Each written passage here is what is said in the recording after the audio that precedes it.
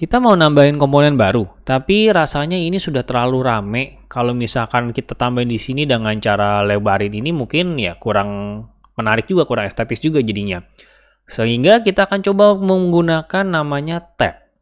Kita tahu yang namanya tab itu ada seperti ini, kita bisa pindah-pindah seperti ini. Dan di VB ada namanya tab control seperti ini. Yang kalau di drag and drop, itu bentuknya mirip seperti kayak group box, adalah sebuah kontainer. Bedanya kita bisa memiliki halaman tab page, yang setiap halaman tab page-nya itu kita bisa isi dengan komponen yang berbeda. Memang harusnya dari awal kita masukin ini, bukannya masukin desain ini. Tapi karena sudah terlanjur, berarti mungkin saya ulang dulu. Saya akan select all semuanya, Ctrl A. Kalau saya cut, supaya nanti kita mau pindahin ke dalam tab control kita ini. Nah, kita taruh seperti ini. Kita drag and drop kayak gini. Lalu kita paste kontrol kita. Ini belum kita besarin lagi sedikit. Nanti baru kita sesuaikan ya. Kita rapikan dulu lah.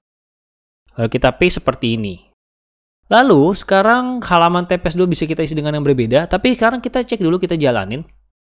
Kita lihat bahwa fungsi-fungsi yang sudah kita bikin kelihatannya hilang. Jadi kemarin kan kita sudah berhasil bikin fungsi-fungsinya ya. Tapi kelihatannya ini nggak jalan sama sekali.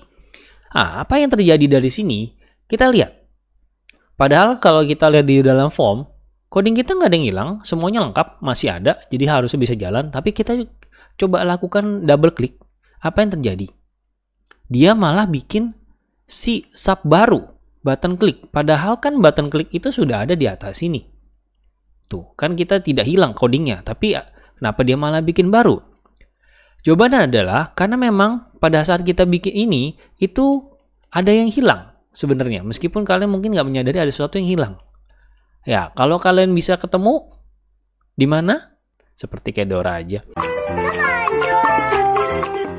Jadi kalau kalian perhatikan memang kita kehilangan handlesnya. Handlesnya itu hilang. Setiap semua komponen yang itu kita handles hilang. Karena kejadian tadi kita lakukan cut and paste.